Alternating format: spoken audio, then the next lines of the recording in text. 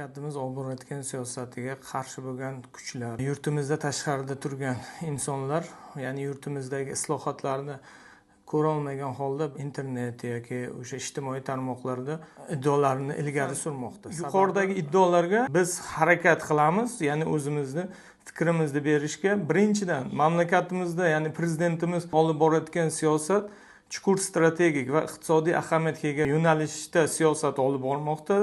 Oxirgi yillarda mana ta'lim tizimida qaraydigan bo'lsak, juda ham katta chuqur islohotlar amalga oshirdi. Xususan, masalan, o'sha xususiy universitetlarda ochilishi yoki bo'lmasa maktabgacha ta'lim mexanizmini qayta qurilishi, bular yaqqol ko'rinib turibdiki, ta'lim tizimini zamonaviy talablar asosida rivojlanishiga sabab bo'lmoqda.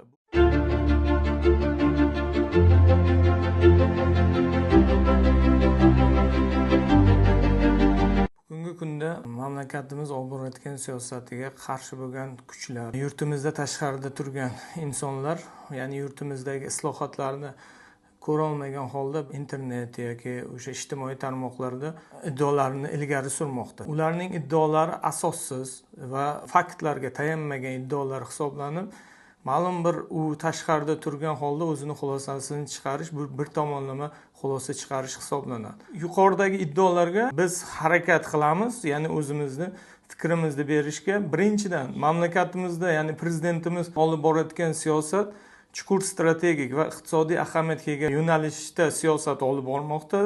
Birinchi to'xtaladigan bo'lsak, bu hamisha davlat rahbarimiz xalqqa manfaat keltiruvchi har bir ko'rsatkichlarni inobatga olgan holda siyosiy, iqtisodiy va ijtimoiy islohotlarni amalga oshiryapti. Ya'ni xususan bu inson, jamiyat va davlat tamoyili asosida amalga oshirish yaqqol ko'rinib turibdi. Bu mana masalan shu yurtboshimiz hukumatga kelishidan u bu siyosatni ilgari surgan. Ya'ni davlat xalqqa xizmat qilsin degan g'oya bilan ilgari surilmoqda. Ikkinchidan, endi xususan gazga to'xtaladigan bo'lsak, davlatimiz bilan, ya'ni Rossiya o'rtasidagi kelishuvga asosan mamlakatimiz qishki mavsumda, ya'ni gaz yetishmovchiligi oqibatida gazni Rossiyadan sotib olish mexanizmi yaratilgan. Yoz mavsumida gazni o'sha qayta ishlab tayyor holatga keltirgan holda, ya'ni eksport qilish kelishuvi amalga oshirish mexanizmi yaratilgan bo'lib, mamlakatimizda buning asosiy maqsadi nimada? Ya'ni barqarorlikni saqlash, o'sha ahvoli issiqliksiz va yorug'liksiz qolmasligi va sanoatda to'xtab qolmasligi uchun zarur bo'lgan amaliy choralar hisoblanadi. Uchinchidan, oxirgi yillarda mana ta'lim tizimida qaraydigan bo'lsak, juda ham katta chuqur islohotlar amalga oshirdi. Xususan, masalan, o'sha xususiy universitetlarda ochilishi yoki bo'lmasa maktabgacha ta'lim mexanizmini qayta qurilishi, bular yaqqol ko'rinib turibdiki, ta'lim tizimini zamonaviy talablar asosida rivojlanishiga sabab bo'lmoqda. Bu, ya'ni o'sha kelajakda ta'lim tizimini mustahkam, ya'ni barqaror rivojlanishini ko'rsatib o'tish joiz deb topamiz. To'rtinchidan, biz faqat Xitoy bilan hamkorlikda amalga oshirmayapmiz.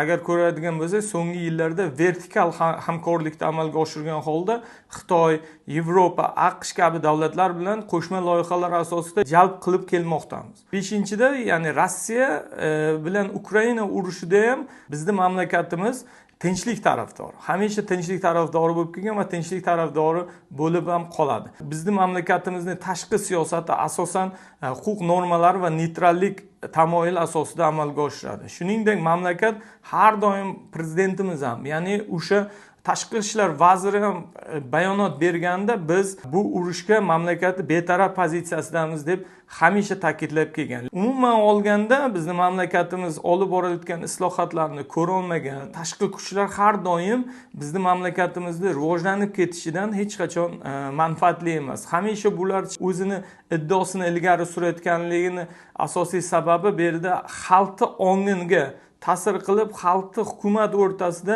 ziddiyatli holatlarga olib kelishiga ilgari surmoqda.